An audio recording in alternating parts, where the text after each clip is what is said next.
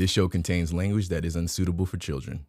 Grant us love filled with good intention. May we find peace in the midst of dissension. We not what they make us, though they try to break us. Hey, welcome to Giving Myself Permission. I am your host, Dr. Penny Murray. This is where we face the emotional scars that keep us from living our true purpose and learning to give our sacred, expressive life force permission to be seen, heard, and felt as it was always meant to be. It's about psychological self-reparation, valuing our inner well-being, reclaiming our dignity, and trusting the part of us that already knows the way forward. So take a breath, loosen up, and take this journey with me. Giving Myself Permission podcast is brought to you by the Learning Spa Cultural Inner Wellness Retreat. It's my vision of a revolutionary approach to psychological self-reparation, where inner wellness is a proactive commitment, not a reactive liability. My goal is to create a physical safe space where community, cultural learning, and restful healing intersect. Although we're still in the early stages of fundraising, you can help bring this vision to life by visiting pennymurray.com to learn more about my plans and to contribute to the building fund. Any gift is welcome and appreciated. All right. So let's set the tone and vibration for our time together with an ancestral download. We're just taking a moment to give ourselves permission to cut through the noise of the day and to receive sacred wisdom to restore our divine connection. The ancestral download for this episode comes from my favorite astrologist, Ron Bresney. And he says, "Let me remind you of who you truly are. You are immortal freedom fighters who yearn to liberate all living beings from their suffering. You are fun-loving messiahs who passionately wish to help all your fellow messiahs attain the gratifying awareness that is their birthright.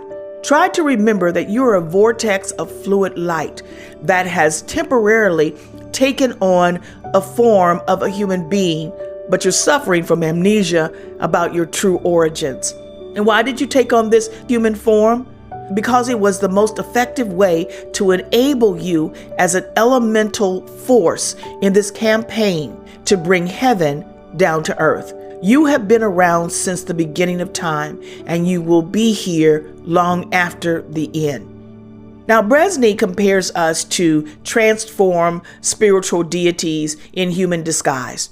Not Buddha, not Christ, so don't get your jaws all tight.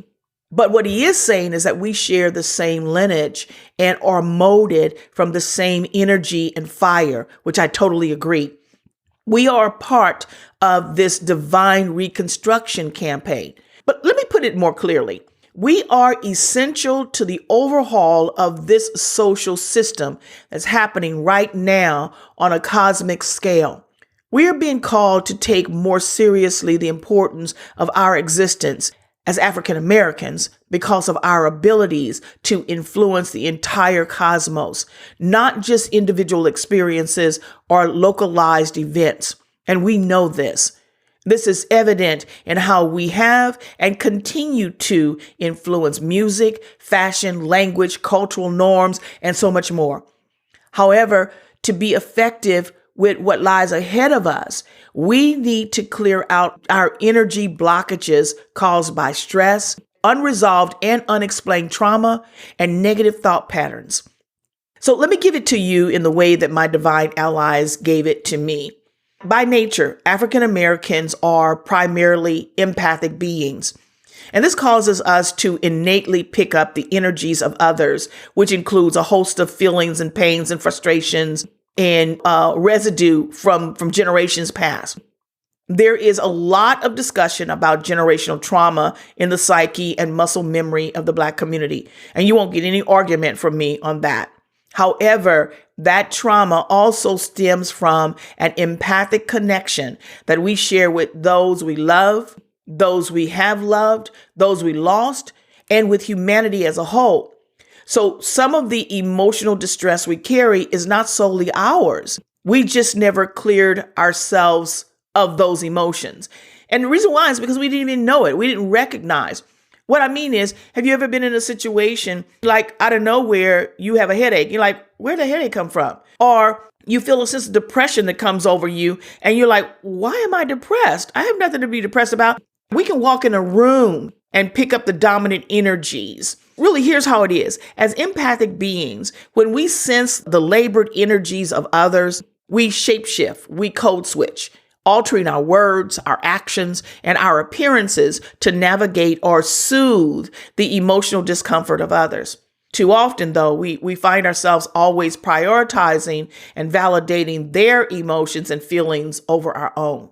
Some of us simply feel the energies while others absorb them and carry that emotional weight as if it was our own, unaware that the guilt, the fear, and the emotional chaos, it's not ours. We never even identify the actual source because we just kind of absorb it and we think it is ours. So the true nature of our empathic ability is no longer a gift, but it becomes a storehouse for pain and sometimes everybody else's pain. Now, consider this in the context of white America. From the time of slavery to today, our natural tendency as empathic beings, Black people have been emotionally attuned to, or more specifically, sensitive and responsive to white America's emotional states. Unwilling to carry their own trauma, we are expected, I don't know whether we were indoctrinated to do that or whatever, but because of our ability as natural empathic beings, we're expected to carry the emotional burden of this country and its white fragility. The ancestors are saying that we need to start reading the tea leaves and recognize that our innate gift as empaths will enable us to become the energetic force that brings heaven down to earth. So it's important that we clear our empathic energies and sever the emotional attachments that never belonged to us in the first place.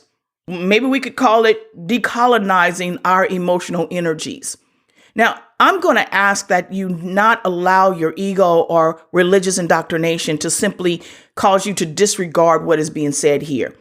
The ancestors want us to know that we are the sacred resolution. We are the current that will shift the tide in this evolution of social reform. Not some of us, all of us.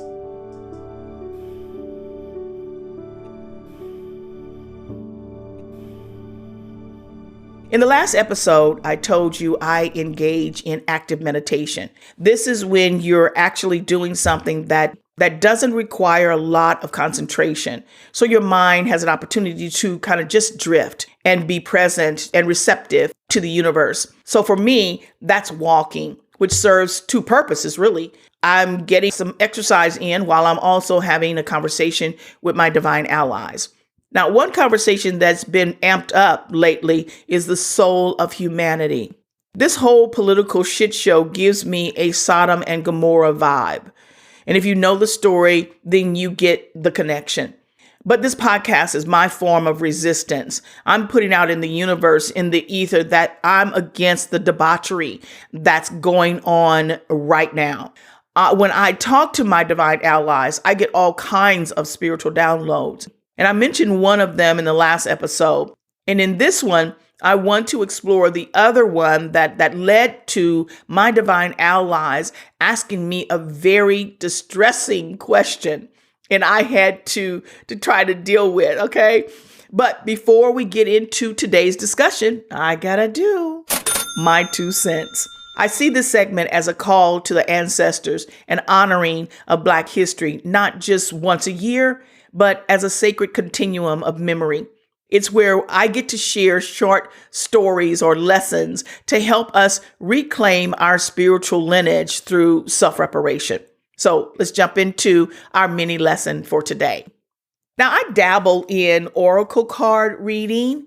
And so when it comes to this section right here, I usually will ask Spirit, what is it that the ancestors want us to know collectively?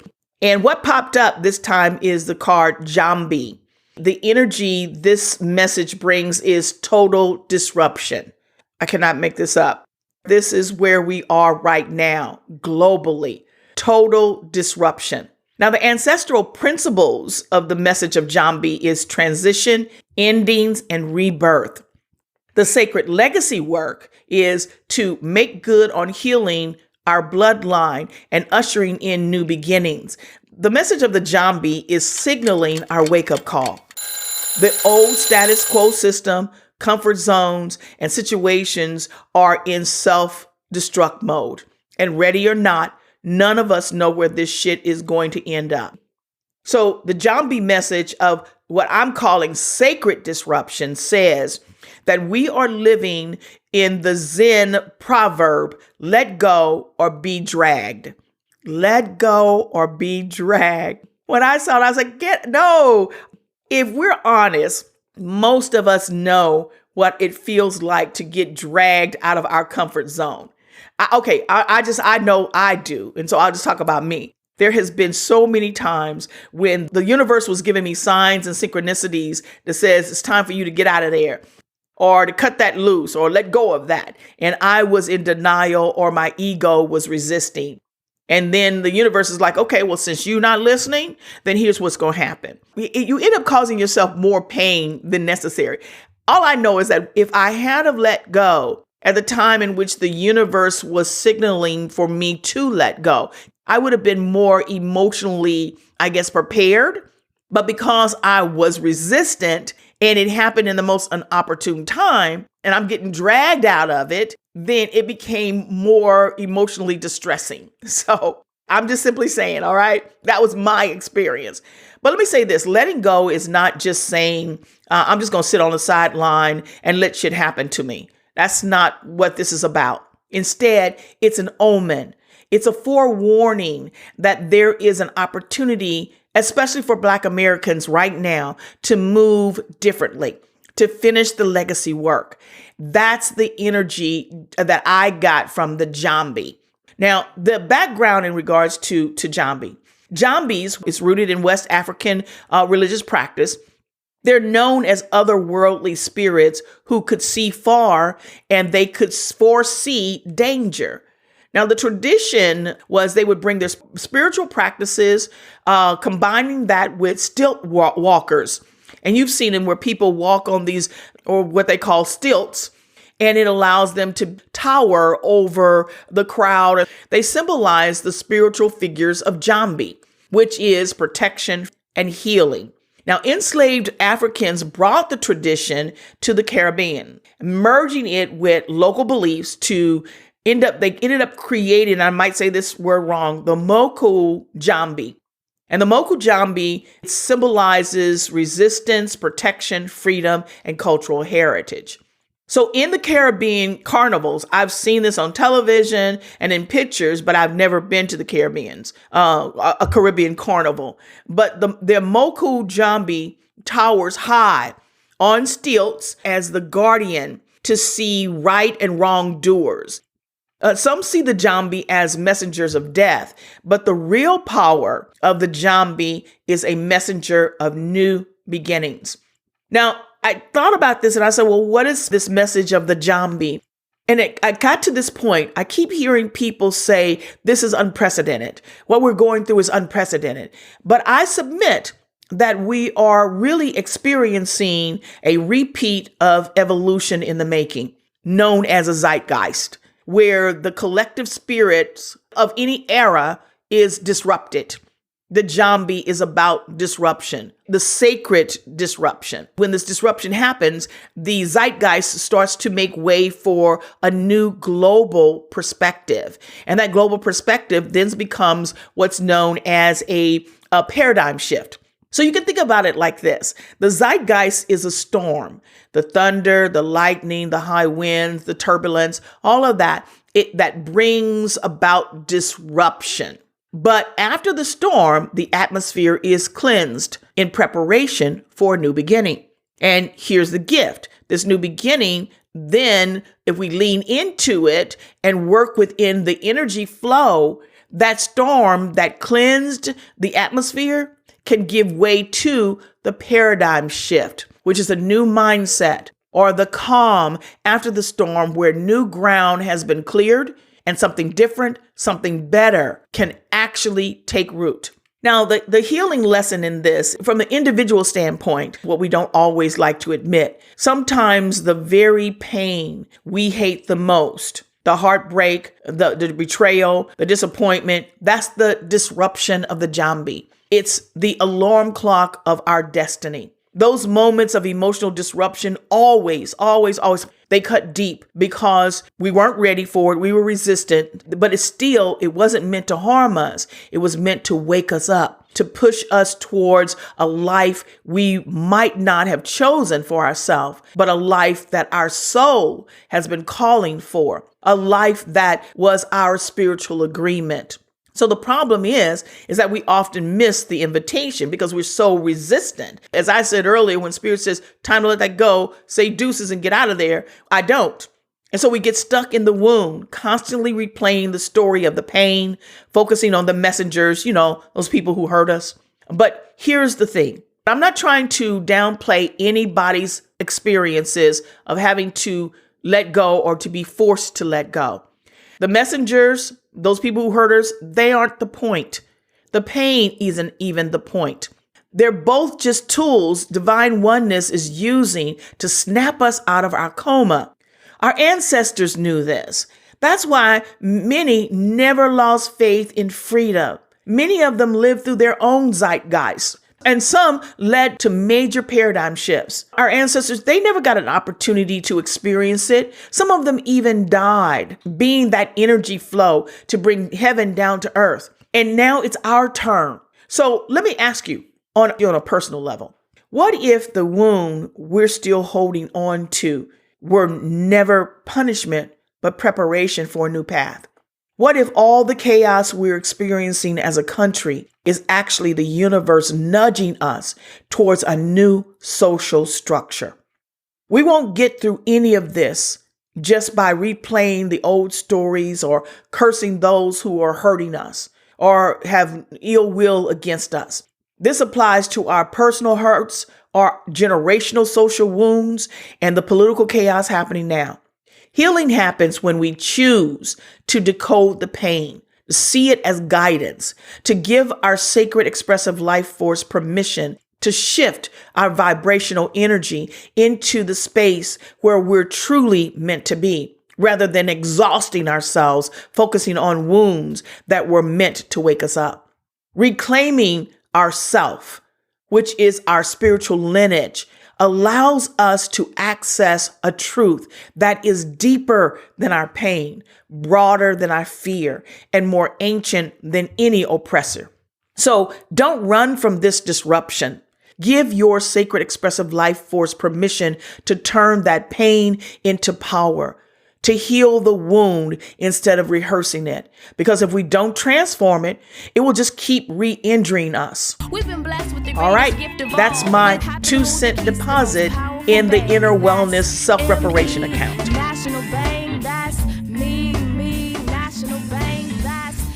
Now let's get into the world according to Penny. I need to say something because I've gotten a little bit of pushback from a few people in regards to, they'll say to me, well, I'm not into that political stuff.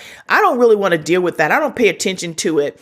And I'm just going to say, in the world according to Penny, if you're involved in spiritual work, but choose to ignore the political and social discord that will affect our psychological well-being, possibly for generations, I see that as a form of spiritual bypassing, and that feels unethical to me.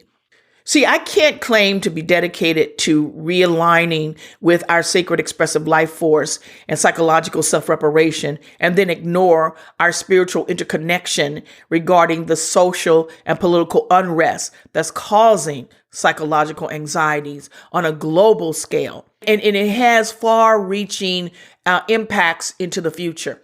Like many others, COVID served as a blunt reminder of how connected we truly are to the earth, to the heavenly elements, and to each other. It sparked a deeper sense of responsibility in me for my spiritual healing, addressing my internal ouch, that thing that hurts, that needs my attention and needs me to minister and nurture it, and then aligning with my spiritual commitment.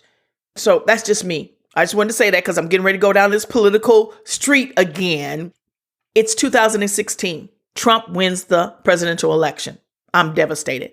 That was the run against Hillary. I could not believe it. How could that happen?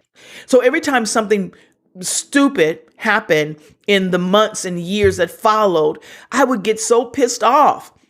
By the end of year 2, I was angrily asking Divine Oneness, why? Why? Over and over again, almost every day. And so finally, after months of asking, Spirit came back with the response, the universe is using him and he's too stupid to know it. I was like, okay. I'm going to be honest. It gave me a sense of calm. So I can rest assured that it's all going to work out for our highest good. Each time some heartless act happened or his constant attacks on the middle and working class while enriching the wealthy, and I would go with my protest to the universe. But still, Divine Oneness would remind me the universe is using him and he's too stupid to know it. When COVID stole the lives of hundreds of thousands of people, including my mother, the download remained the same. The universe is using him. There was this great relief and my hope returned when President Biden won. Then there was no rest for the weary because immediately the January 6th insurrection happened. And like a flipping, annoying fly, Trump has never went away. And the download still remained the same. When Vice President Harris was put forth for the presidential run, I was like, yes, that's why Spirit was saying that the universe is using him. Well, we all know what happened next. How could this have happened again? And I began to worry about the soul of humanity. So I'm like, how could they forget the threats to Social Security, Medicaid, Medicare, the Affordable Care Act, the impeachments, the economy, the COVID deaths, and the January 6th insurrection? How could they forget? I was sick to my core and disgusted.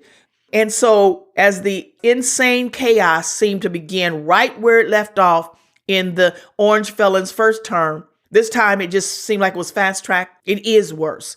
Day in and day out, I was like, I just don't understand. I remember a scripture from the European Christian Bible that says, false messiahs and prophets, they will appear and they will deceive. Even the elect will be fooled. Now, in this case, we have a false prophet or messiah. He believes that's who he is in the Oval Office. And the elect are his bottom feeders of judges, politicians, corporate heads, lawyers, and Christian nationalists. That's Christian with a small c. The World According to Penny says the elect, these people, they're not being fooled. They are his accomplices. For the love of money and power, they are upholding all of this stuff that is happening. And again, I'll keep saying it gives me this Sodom and Gomorrah vibe.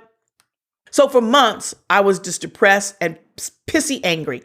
And Divine Oneness comes back to reiterate the universe is using him and he's too stupid to know it.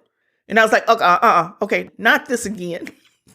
But somewhere in these 9 months of this crazy, chaotic stuff, my anger turned to curiosity. And I realized that whenever I had heard that reoccurring download that the universe was using him, I didn't recall ever asking what the orange felon was being used for. I just trusted that, okay, Spirit's on it.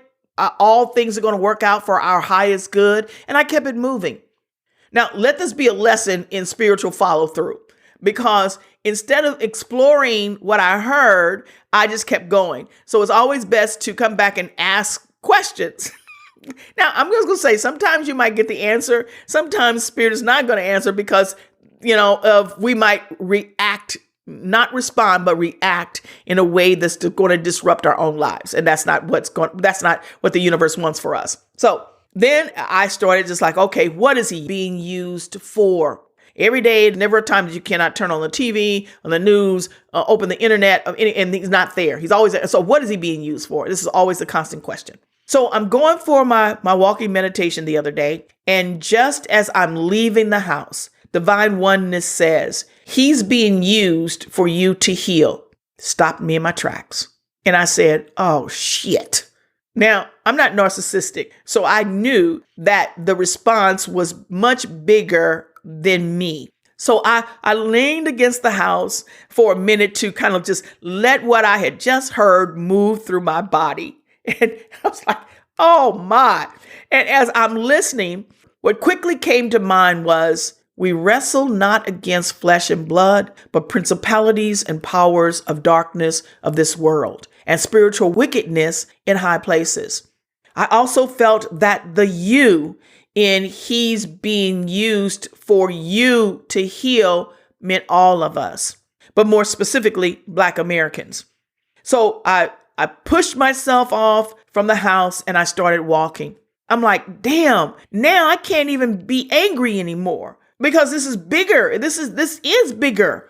So as I'm walking, I realized that my anger, my depression, and that passivity were my ego's way of misdirecting my focus. I realized that this whole shit show is a distraction from the purpose all of us, especially the Black community, are supposed to be focused on. And that is self-healing, preparing, and strategizing to reclaim our sovereignty and our dignity. So now I'm thinking, damn, if I'm hearing this right, we Black folks, we got some real internal work to do personally and collectively within our own community. And this work is greater than the circus happening around us and all of its clowns. And so my mind started to shift and I started thinking, like all circuses, they come to an end. But my imagination conjured up the visuals of the clutter, the animal shit that's all on the streets and on the sidewalks and the trash and all the mayhem that a big circus like this leaves behind. And so I had to laugh at myself because the visuals were very clear as the piles of trash and shit, you know? And so my thoughts finally trailed off. And I said, well, however this shakes out, we Black folks, we're not ready. I don't give a damn how much chest thumping we do. We are not strategically prepared to stand in our place of power. Now, for me, I don't know about anybody else, but I don't think it's for us to just pack up and leave the fight. That's not what our ancestors had an opportunity to do. They stayed the course. They understood the landscape that they were in. And they're like, okay, here's what we got to do. So I'm getting into my walk now. I'm enjoying the breeze. My music is loud. I think I was listening to Jaheim or Tank, one of them. And then Divine Oneness breaks through. And I hear, are you willing to heal your bloodline? It was blunt, no nonsense tone. I paused the music. like stop the music. And my pace slowed down. And I heard the same sobering question again. Are you willing to heal your bloodline? I literally said out loud, okay, wait. I'm not saying no, Spirit. I'm not, but we got to talk about this. So I started presenting my case about myself and other family members. I'm like, I said, I got my own stuff. I got enough of my own shit to deal with. I can't deal with my family's crazy. And so in hell, few of them, they don't even like me. And I'm tired of getting my heart hurt by my family. Again, Spirit, I'm not saying no, but that's a lot.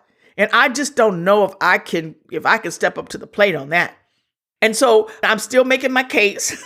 My anxiety is growing because I don't know what Divine Oneness is really asking me to do. And now I'm stressing out.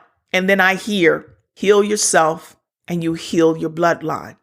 I was like, okay. So for the rest of the walk, I let the question, are you willing to heal your bloodline, covered with heal yourself and you heal your bloodline. I just let those two things kind of simply find their space in my spirit. And while I've long been doing my healing work and learning to realign with my sacred expressive life force, I really felt that I needed to let that question settle, to let the response that Spirit gave me settle. I knew that if I agreed, my motivation for healing would now carry an added sense of responsibility. Before, my healing work that I was doing was solely for me. But now, with this ask that Spirit was presenting to me, I knew that it would be more. And so I didn't want to agree to something that I wasn't clear about or wouldn't stay committed to. But before the walk had ended, I had agreed to embrace that responsibility. But also I made it clear that I would definitely need help from a source greater than myself. I just knew that. So whenever I get such poignant downloads, I again have to let it breathe through me. Then I do my due diligence to understand what the universe was telling me. Heal yourself and you heal your bloodline. That was a thing that sat with me. So I research ancestral traditions, historical wisdom. I'll meditate. I'll consult with my oracle cards. I continue the conversation through my walking meditations.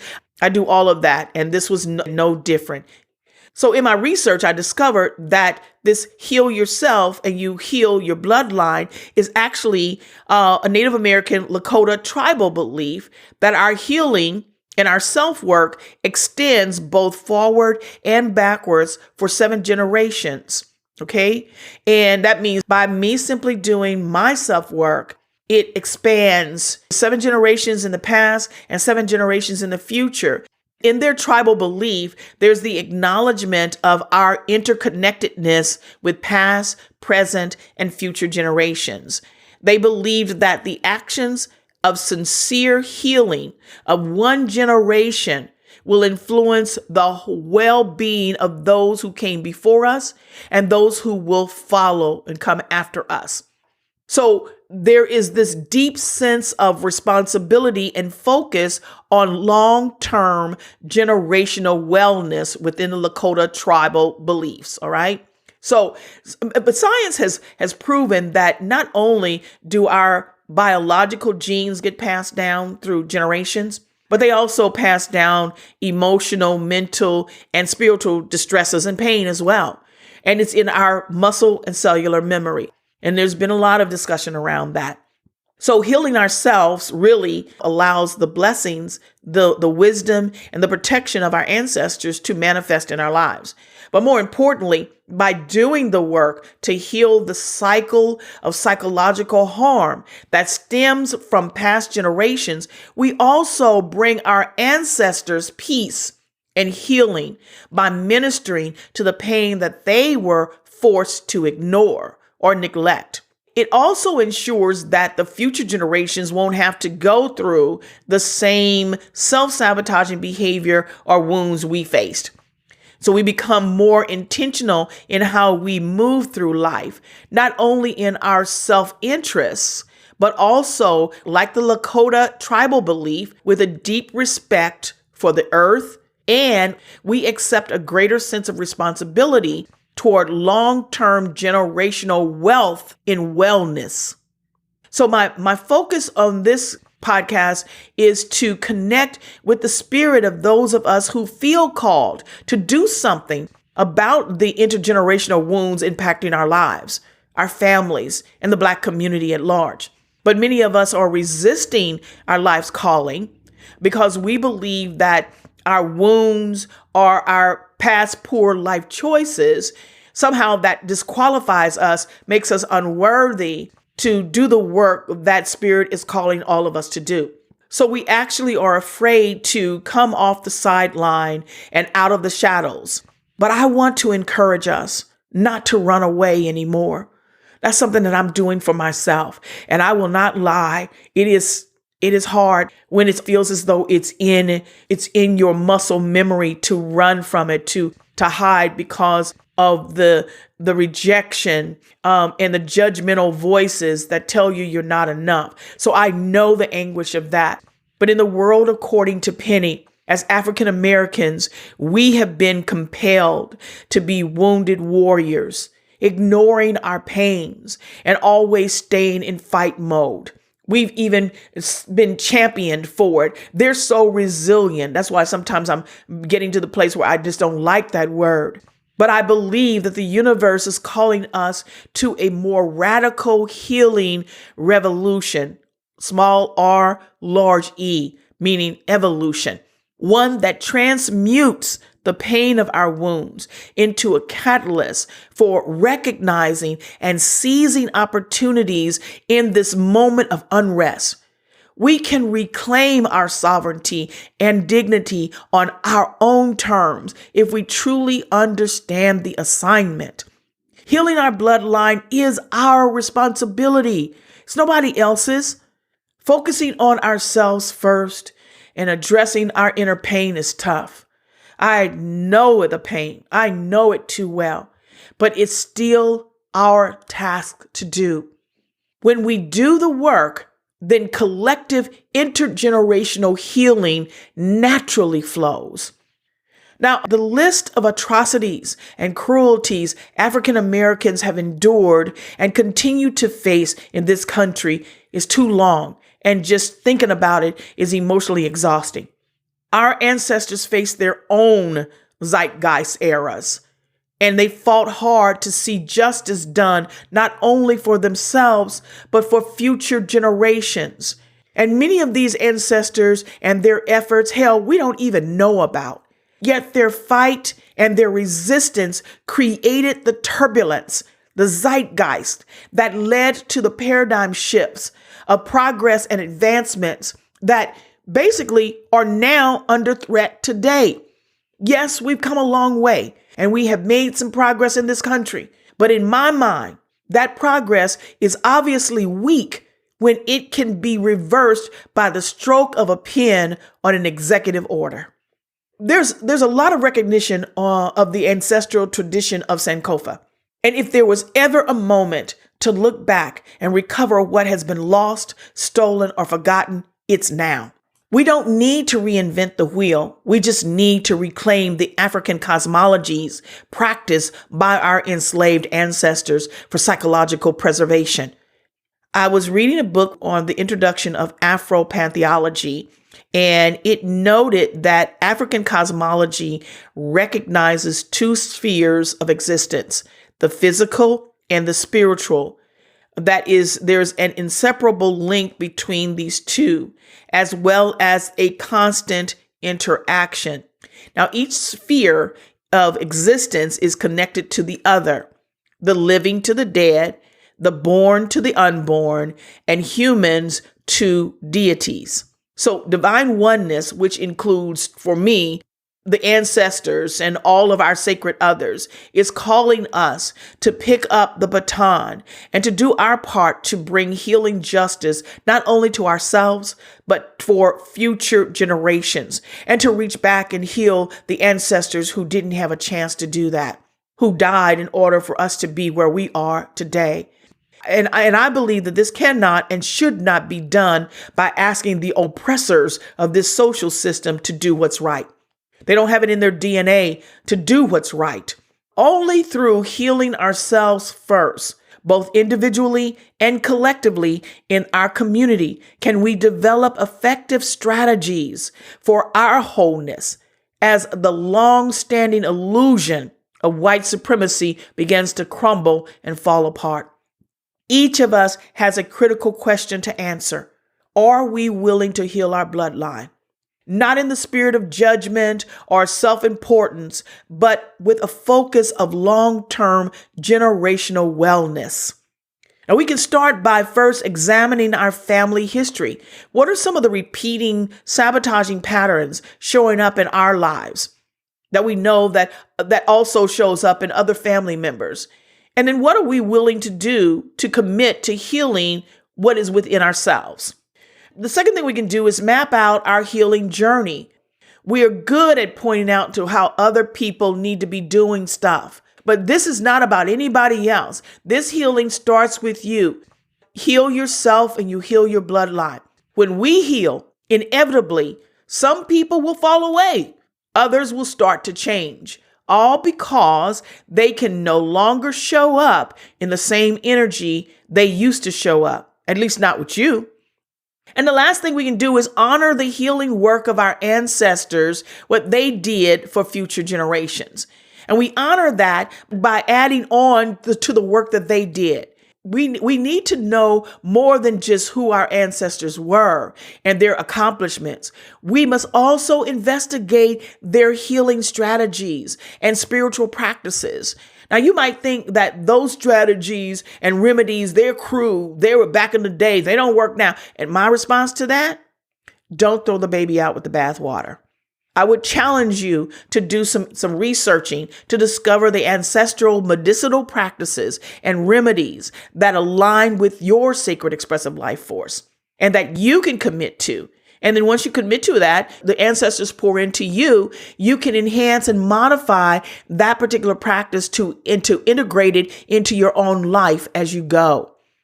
As I bring this to a close, I'd like to share a post that recently appeared in my Facebook feed, and it was from Mindsets. The content creator describes themselves as a student with a vision to change people's thinking styles through motivation and encouragement. And the post said this: the universe has sent you into your family for a reason. You are not the result of generational trauma. You are the healing your family needs. You are the cycle breaker your future generation needs. You are here to end dysfunctional patterns. You are relevant. You carry the wisdom and strength to transform pain into purpose. Your presence is the gift, not a coincidence. And your journey holds meaning beyond measure. Every choice you make to heal yourself ripples into the hearts of those around you. You are rewriting the story, turning wounds into lessons and struggles into victories. The love and the light you bring will echo through generations, creating a legacy of hope. Now, whenever we wrap up our conversation, I share a self-reparation ritual, just a short, grounded reflection practice to reconnect with the flow of the universe. We have to understand that breaking free from emotional scars isn't always loud and aggressive. More often, it's just a quiet refusal to keep recycling harm, whether that harm came from others or it comes from our own self-sabotaging patterns. So here's the self-reparation practice. Head down, heart open. For too long, we've trusted in false safety nets, systems that never valued our well-being. As these illusions are collapsing, the question is this: now what? That was the question that I was mulling over as I was bringing my walk to an end. And I was wrestling with that very thought of now what? And the message that came through was clear. It said, heads down, heart open. Now, the purpose of this particular practice helps us clear our empathic energy. And it helps us because we're aligning our inner wisdom with the universal flow of love. So we begin with a statement of protection in our own words, affirming that we are safe in this moment. And then just take 1 to 2 minutes to sit with this reflective question. Are you willing to heal your bloodline? Many of us know how to perform confidence, speaking boldly, dressing the part, occupying our space, while inside we're carrying the quiet ache of loneliness, of hurt, or disappointment. But if we never turn inward to listen to our wounds, to release what isn't ours, then we are only echoing strength. We're not embodying it. Our ancestors didn't survive or resist or raise up because they wore confidence like a costume. They survived because they listened inward. They trusted the knowing of who they were at their core and grounded themselves in self-love and pride that no system could destroy. That same endurance runs through our DNA. We are the embodiment of the statement, survival of the fittest. To truly heal our bloodline, we must clear out the empathic overload and sever the emotional attachments that was never ours to carry and release it into love's flow. To do this, we start by cultivating a mental presence through inward listening for honest introspection. And that's what's meant by head down.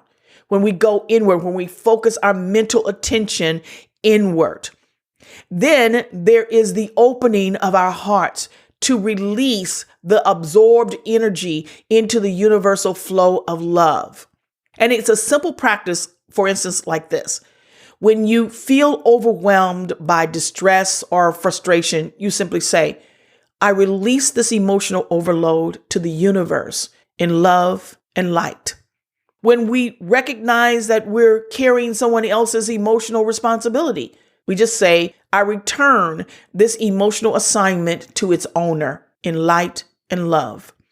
When you want to cast off negative energy that you feel someone has directed towards you, say, I return this energy to its sender in light and love. That's all. No big deal. And as always, we want to have a closing gratitude statement. You want to say, when I heal, my bloodline heals with me. I am the sacred steward of my bloodline, past, present, and future. I appreciate you sharing this space with me. I hope you will keep listening. If this episode resonated with you, leave me a comment. Better yet, subscribe to the podcast and tell a friend. Hit that like button, okay? Visit my website at pennymurray.com and get on my mailing list. I promise you I won't cause you email fatigue. You can follow me at Dr. Penny Murray on Instagram, Threads, Facebook, or YouTube. Giving Myself Permission podcast is an offering from the Learning Spa, the sacred vision of cultural inner wellness. We're manifesting it one prayer at a time, along with loving donations of all sizes. So please visit pennymurray.com and learn how you can donate to our building fund. I really would appreciate that. I hope to be releasing the revised version of my book by my birthday in February, but Giving Myself Permission, Putting Fear and Doubt in Their Place is the book. I'm excited about moving forward with that because I had to really begin to believe in the dream and the assignment that Spirit gave me instead of comparing myself with other people. And as I move forward in this podcast, as well as on the YouTube channel, I'm moving through the book and discussing my journey of learning to give my sacred expressive life force permission. All right. Until next time, remember, we are in a time when it's all hands on deck, and we have to give our sacred expressive life force permission to be seen, heard, and felt as it was meant to be. Just keep in mind, it's not always loud or flashy. Sometimes it's a whisper of confidence that says, I am as Spirit created me, endowed with power and authority to manifest positive outcomes and the divine wisdom to bring about meaningful change. Again, thanks for listening. And as always, you are never the victim of life. You are always a student of purpose. So what skill or talent are you learning? What task or greater opportunities are you being prepared for? Ashe.